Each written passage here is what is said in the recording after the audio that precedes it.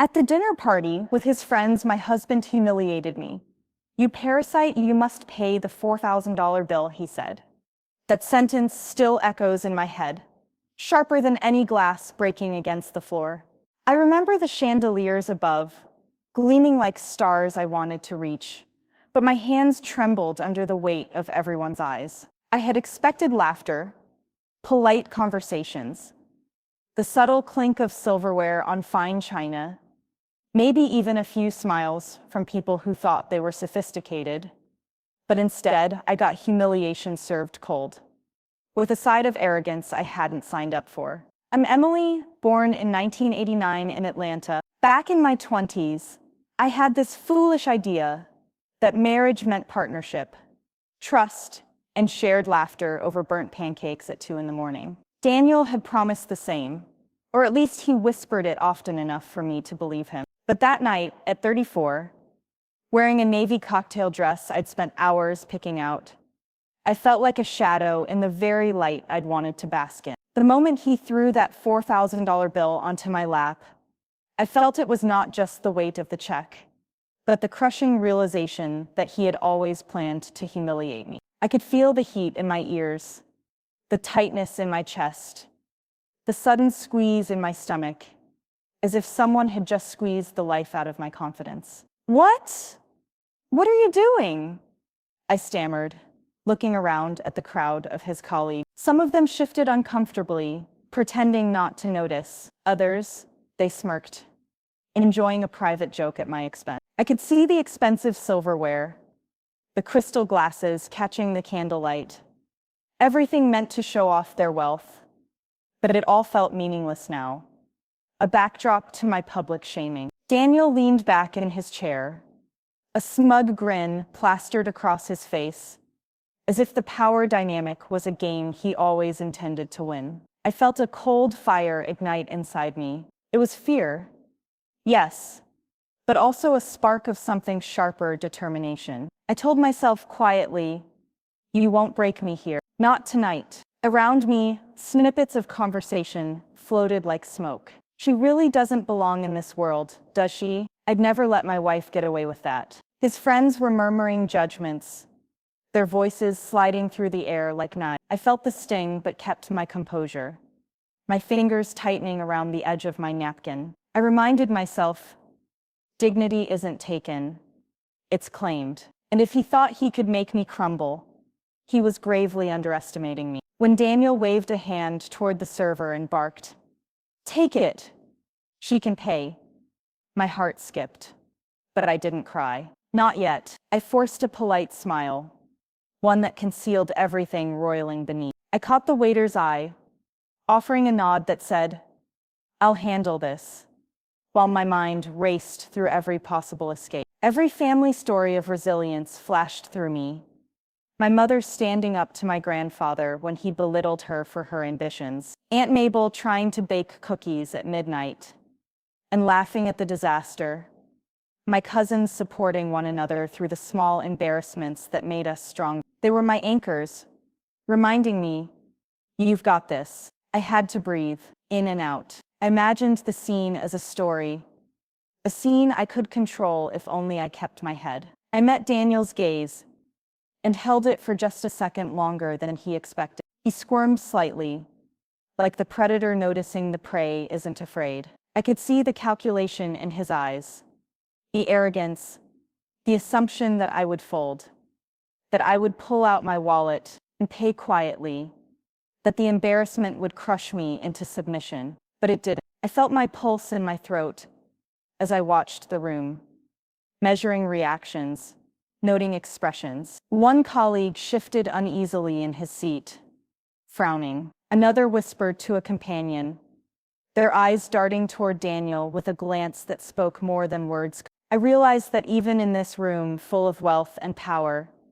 his hold wasn't absolute. I wasn't alone in noticing his cruelty. When I finally spoke, my voice was calm, soft even, though underneath it ran steel. "Daniel," I said, leaning slightly forward, "I think we should talk about this privately." The words were simple, almost too polite for the storm in my chest. But the hint of firmness made a few heads turn. A few more caught on that perhaps there was more beneath the surface than the show Daniel was putting on. He laughed, a sharp, calculated sound, tilting his glass toward me as if to mock my poise. "Oh, Emily, always so serious. Don't worry about it. Just pay what you owe." And in that moment, I felt a strange clarity. The humiliation, the anger, the fear.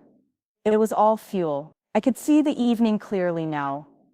Daniel wanted an audience. He wanted them to see me small, to see him powerful. But if I could turn the narrative, even slightly, he wouldn't get the satisfaction. Not tonight. I took a breath, slowly, reminding myself that elegance wasn't just the dress or the chandeliers, it was how you carry yourself under pressure. I smiled faintly, almost imperceptibly, at a waiter passing by, a silent acknowledgement that I was not defeated. I thought about every late night I had spent studying, building skills, learning independence, quietly preparing for moments just like this. This wasn't over, far from it. I adjusted the strap of my dress, letting the fabric shift naturally, masking the tension in my muscles. Daniel was unaware that the $4,000 bill he tossed like a weapon would not define me. That night, in front of everyone he wanted to impress, I felt the seeds of something bigger, a plan forming quietly, a patience that would serve as my armor. The room resumed its hum, faint whispers and the clink of glasses, but I no longer felt trapped in a spotlight of shame. I was aware, acutely aware, of every detail, the expensive silverware, the hushed commentary, Daniel's self-satisfied smirk, and I stored them all mentally, cataloging them like evidence for a story that was not yet finished. My heart still ached with the sting of betrayal, but it was tempered by a simmering determination. As the dessert plates were brought in and the waiters moved with polished precision, I continued to sit upright, composed, letting the moment I told myself, it's okay to feel embarrassed. It's okay to feel angry, but it's also okay to wait, to plan, and to act with precision. That mantra repeated silently in my head as I listened to Daniel speak, oblivious to the fact that the narrative he tried to control was slipping through his fingers. By the end of the evening, I had memorized the pattern of the room, the laughter, the whispered judgments, and the subtle alliances forming in glances. I realized that this night, which had begun as a scene of humiliation, was shaping into the first act of my own story, one where dignity, patience, and quiet cunning would become my weapons. And as Daniel toasted his friends, basking in what he thought was triumph, I made a silent promise. This story wasn't over, not by a long shot. Long before that night of humiliation, long before the $4,000 bill landed in my lap like a weapon, I had begun noticing things about Daniel that didn't add up. It started subtly, with numbers that didn't match, receipts that seemed misplaced, and whispers from colleagues he assumed I wouldn't notice. At first, I brushed them off, thinking maybe I was imagining things, that paranoia was creeping in after years of trying to please him. But a persistent knot in my stomach told me otherwise. Something was off, and I needed to understand it fully before I could act. I began paying attention in ways that felt almost like detective work. Every casual mention of expenses, every boast about impressing his friends, I cataloged in my mind. I would sit in our small office corner at home, laptop open, fingers hovering over spreadsheets, checking transactions and cross-referencing invoices. Daniel's company was not small, and the money flowing through it was significant. I realized that the very dinners and events he loved to flaunt were funded by funds he didn't legally control. He siphoned company money to appear grander than he truly was. The revelation made my blood run cold at first, but it also ignited a slow-burning determination. I remember one night, sipping chamomile tea to calm my nerves, staring at a bank transfer that made my eyes widen. The amount was significant, almost obscene. It was the same money that could have been used to pay real bills, to improve the business legitimately. Instead, it padded Daniel's image in front of his colleague. He was a master at charm, at appearing competent, at hiding behind laughter and clever words. But I had found his weak spot. The truth. And truth, as I had learned, carried power, if wielded carefully. I began my plan with meticulous precision. I downloaded files, printed copies, and saved emails that proved the siphoning. I kept the evidence hidden in a secure folder on my laptop, encrypted so that only I could access it. At night, when Daniel returned from his social escapades or networking dinners, I would sit quietly in our living room, replaying the events in my head. Every smug smile, every boastful remark he made, I stored like pieces of a puzzle, assembling a full picture of his deceit. It wasn't just about catching him in the act.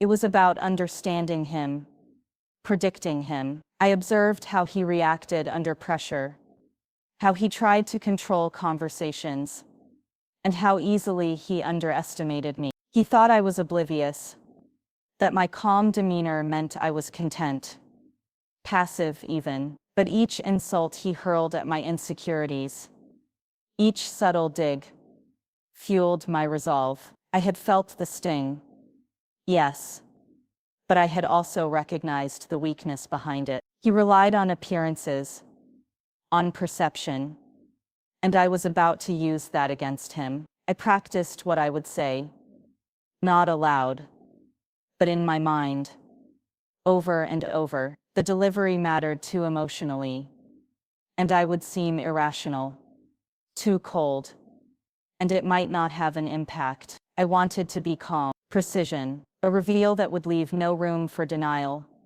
no space for smirks. I imagined the dinner party, the clinking glasses, the flicker of candlelight, and I pictured the exact moment I would reveal the evidence. Every detail, from his smug grin to the polished laughter of his friends, I rehearsed silently until it felt like I had lived through the scene 100 times already. In those months, my internal transformation was profound. I no longer allowed his offhand criticisms to define me. I stopped seeking approval in ways that left me vulnerable. I reminded myself constantly, "You are capable, you are not a parasite. You are worthy of respect." This mantra became my shield. I developed patience that felt like steel, calmness that felt like glass, transparent, yet unbreakable. During this time, I also gathered small intelligence,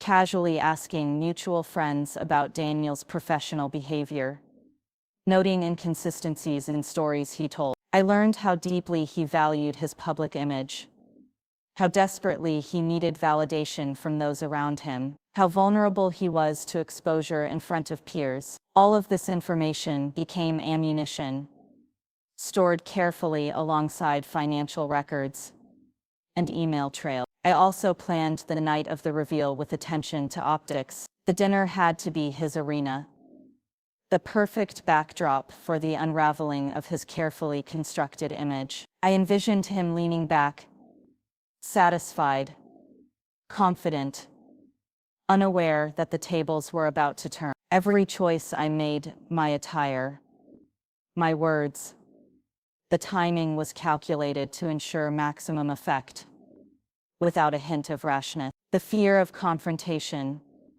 the terror of making the scene, the risk of failure, these thoughts were persistent. But I reminded myself why I was doing it. This was about justice, not revenge for the sake of cruelty. This was about reclaiming my dignity, showing the truth, and proving to myself that I could stand unbroken in the face of betrayal. I would take walks, thinking through logistics, visualizing Daniel's expressions, imagining the subtle gasps of recognition, When his friends understood the depth of his deception, I imagined the moment I would smile faintly, almost innocently, and then let the evidence speak louder than my voice. This mental rehearsal gave me a serenity I hadn't felt in years, a confidence that the moment of reckoning would come, and I would be ready. I also considered the emotional impact on the room. I knew the audience mattered. Daniel thrived on admiration.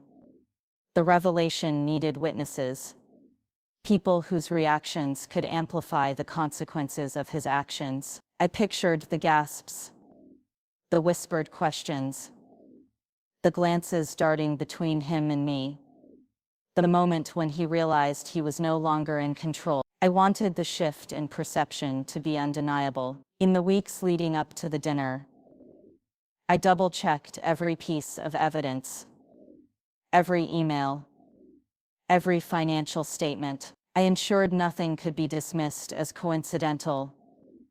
Nothing could be undermined by doubt. I became a quiet storm, preparing with patience and meticulous care for the moment I would reclaim the narrative. Each night, I reminded myself, "You've got this. It's okay to feel fear. Courage isn't the absence of fear.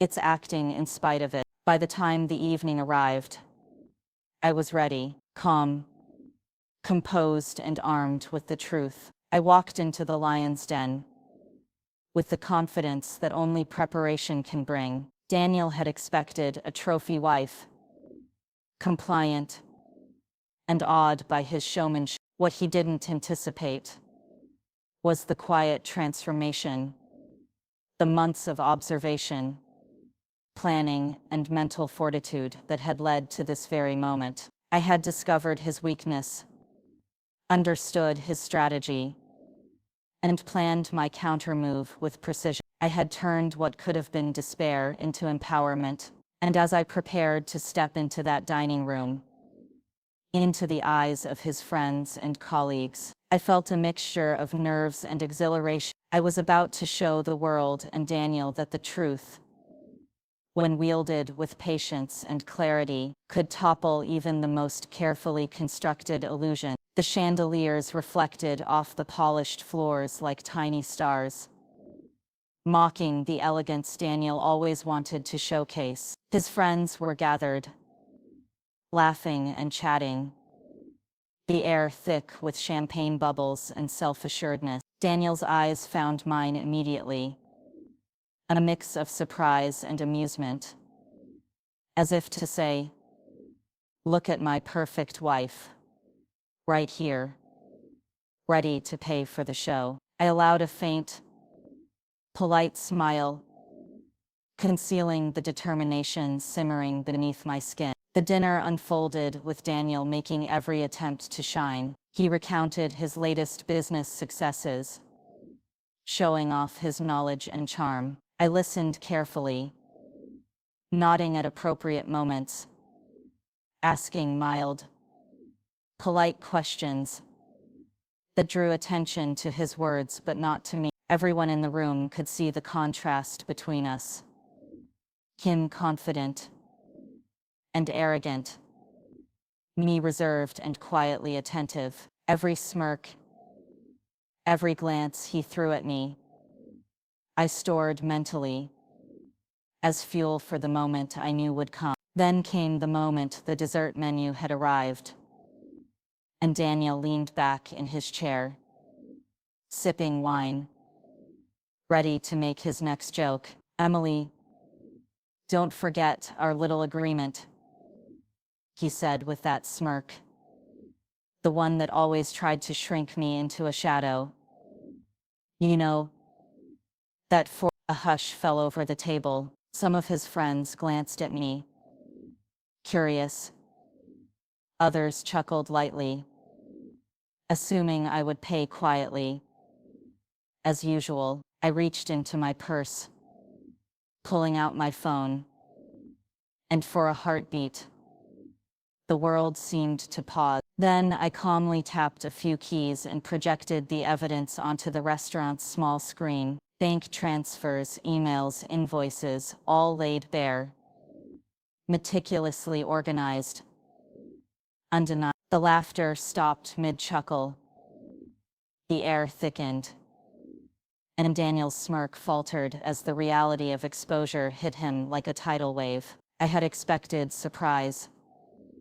What I hadn't expected was the visceral satisfaction of watching him suddenly become small in front of everyone he valued. Gasps filled the room, heads turned, voices whispered questions, and Daniel's friends leaned in, scrutinizing the documents with widening eyes. This can't be right, one colleague murmured, his voice laced with disbelief. Daniel's face went pale, his confident facade cracking with every second. Emily, wait.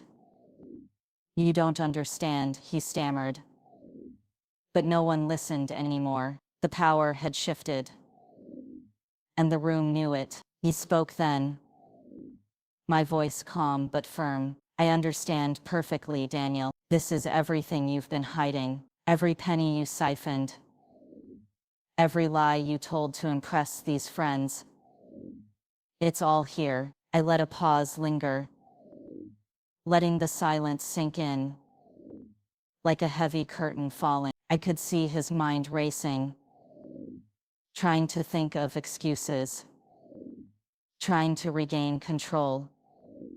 But the evidence left no room for manipulation. His empire, built on deceit and arrogance, was crumbling in front of everyone. Daniel's friends exchanged glances, some in shock, others in anger. A few murmured incredulously about ethics and integrity, while others questioned how they had been fooled for so long. The $4,000 bill, which had been meant to humiliate me, now seemed trivial compared to the financial misconduct unfolding before their eyes. Daniel shifted uncomfortably, the bravado he relied upon evaporating in real time. I felt a strange calm wash over me as I watched him unraveling. It wasn't vengeance that drove me.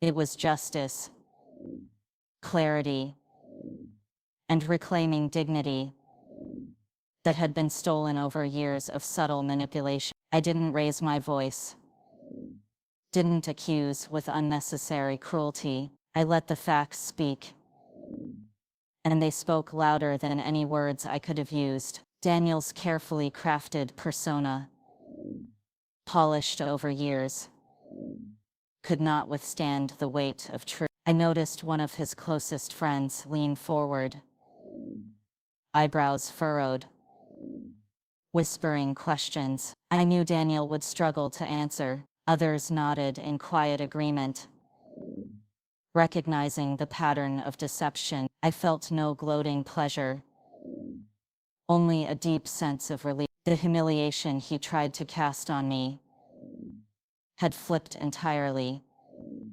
His lies, arrogance, and greed were now fully visible, and I remained upright, composed, unbroken. When Daniel finally spoke, it was a fragile attempt at explanation, a scramble of words that fell flat. I shook my head slightly, letting the silence reinforce the point. There was no apology, no plea that could undo what had been revealed. The room collectively understood that the power dynamic had shifted irrevocably. Daniel was no longer in control.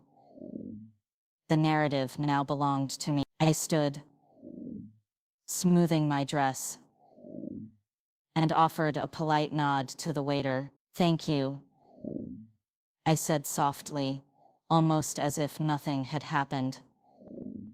While Daniel's gaze followed me with disbelief, I picked up my purse, letting the movement feel natural, unhurried. Every step toward the exit was a testament to the patience and planning that had brought me here. Each footfall resonated with the silent acknowledgement that I had reclaimed control, dignity, and a sense of self-respect that had been threatened. Outside, The night air felt cool against my skin, a contrast to the tension inside the restaurant. I breathed deeply, letting the calmness settle over me. The city lights reflected in puddles on the pavement, shimmering like the first time I had felt truly empowered. Daniel remained behind, facing the immediate fallout. The whispered judgments, the shock of being unmasked in front of the very people he wanted to impress. The bill, once a tool of humiliation, had become inconsequential compared to the exposure of his deceit. Every detail, every plan, every moment of patience had led to this. I felt proud, not just for the public reveal, but for maintaining composure, integrity, and calm in the face of orchestrated humiliation. I called a cab, watching as the restaurant faded behind me, imagining the discussions and whispers that would follow. Daniel had built a castle of perception, but truth, meticulous preparation, and courage had dismantled it in minutes. I realized that strength isn't about aggression or loud confrontation. It's about strategy, patience, and knowing when to act. As the cab carried me away, I thought about the months of quiet observation, the careful collection of evidence, and the rehearsed moments that had prepared me for this exact scenario. It was a lesson in patience, a reminder that dignity could not be taken, only surrendered if we allowed it. That night, I reclaimed mine fully, leaving Daniel to face the consequences of the empire he had built on lies. And in that moment, I felt a profound sense of freedom. I wasn't just walking away from the restaurant. I was stepping away from the fear, the humiliation, and the years of quiet doubt he had instilled in me. I had proven, first to myself, that integrity and patience can topple arrogance and deceit, and that truth has a way of shining through, even in the most polished setting. The cab drove me through quiet streets, past glowing windows of lives, unaware of the drama that had unfolded, and I allowed myself a smile. It was gentle, unforced, a simple recognition of my resilience. That night, I learned that dignity is not about avoiding shame, but about standing tall through it. I had turned a moment meant to crush me into a triumph that would remain with me for the rest of my life. Moral lesson: life often places us in situations meant to humiliate or test our dignity. It's okay to feel fear, embarrassment, or anger. These are human emotions, but strength lies in patience, preparation, and quiet resilience. By observing carefully, acting strategically, and trusting our inner judgment, we can transform moments of shame into victories of integrity. Remember, it's not about seeking revenge, but reclaiming control and dignity. With calm and clarity, every setback can teach us, every betrayal can sharpen our instincts, and every act of courage, even quietly executed, has the power to reshape the narrative of our life.